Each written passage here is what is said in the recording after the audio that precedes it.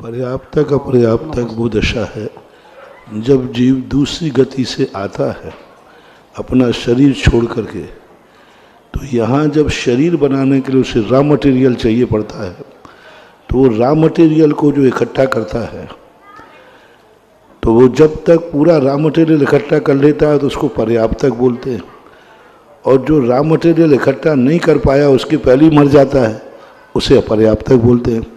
क्योंकि जीव आकर के, जैसे कोई गर्म वस्तु गोला है, उसको आप पानी में डाल दीजिए, चारों तरफ से पानी खींचता है।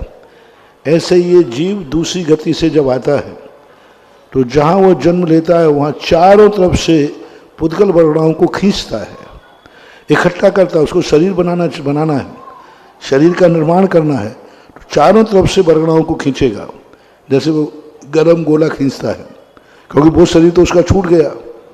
अब जिस व्यक्ति का एक घर छूटता है तो दूसरे को समेटता है।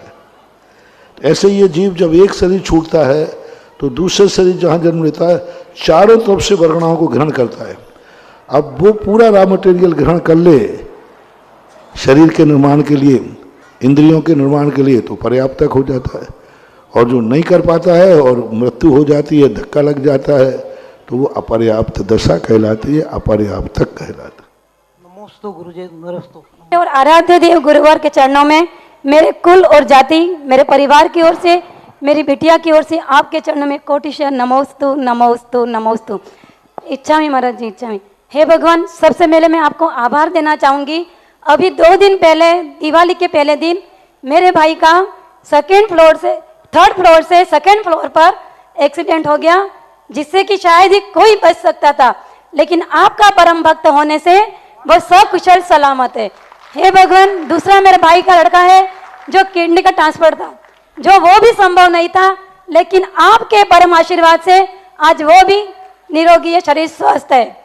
हे भगवान, यहाँ से इस पांडल से जो भी मोटिवेट दिया, मैंने 20 साल से उसका प्रयोग किया।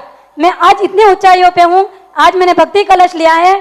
आगामी चतुर्मास बड़ोदिया में मैं भंगा कलश लेने की भावना रखती हूँ। इसी क्रम में आगे बढ़ते हुए मैंने अपने परिवार में आपको जो अच्छा लगे पूरा कार्य तन मन धन से किया। चाहे बच्चों को अभिषेक भेजना हो, चाहे उनको रात्रि भोजन त्याग करवाना हो, दिन में शादी, दिन में भोजन, बहुत पसीना आया उसमें मुझे, लेकिन मैंने दिल जान से वो काम भी किया। अब यहाँ तक तो मैं आ गई। अब मैं ये भावना बाती हूँ, ये सब मेरी जिम्मेदारी थी। अब परिवार बड़ा है, अब मैं कर्तव्य कैसे निभाऊं, ये मेरा आपसे सादर प्रश्न है। अब तक तो निभाया है, आगे भी निभाते रहो।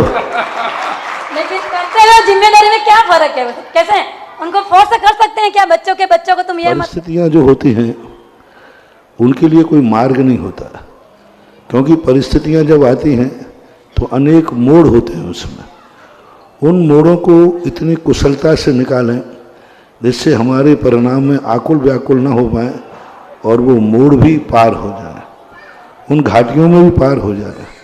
गृहस्थी एक ऐसी, गृहस्थी बसाते समय ज़्यादा कठिन नहीं होती है, लेकिन बसने के बाद बहुत कठिन हो जाती है।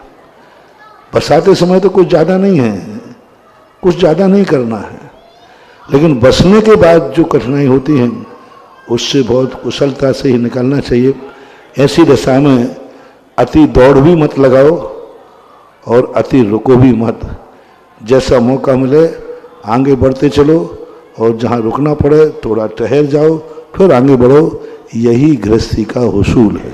नमोस्तु भगवान, नमोस्तु भगवान, नमोस्तु भगवान। पूजारिका भाग्यवती माता जी से अनुरोध करूंगा अपना प्रश्न, क्योंकि कल माता जी जा रही हैं यहाँ से, तो आज भाव थे कि एक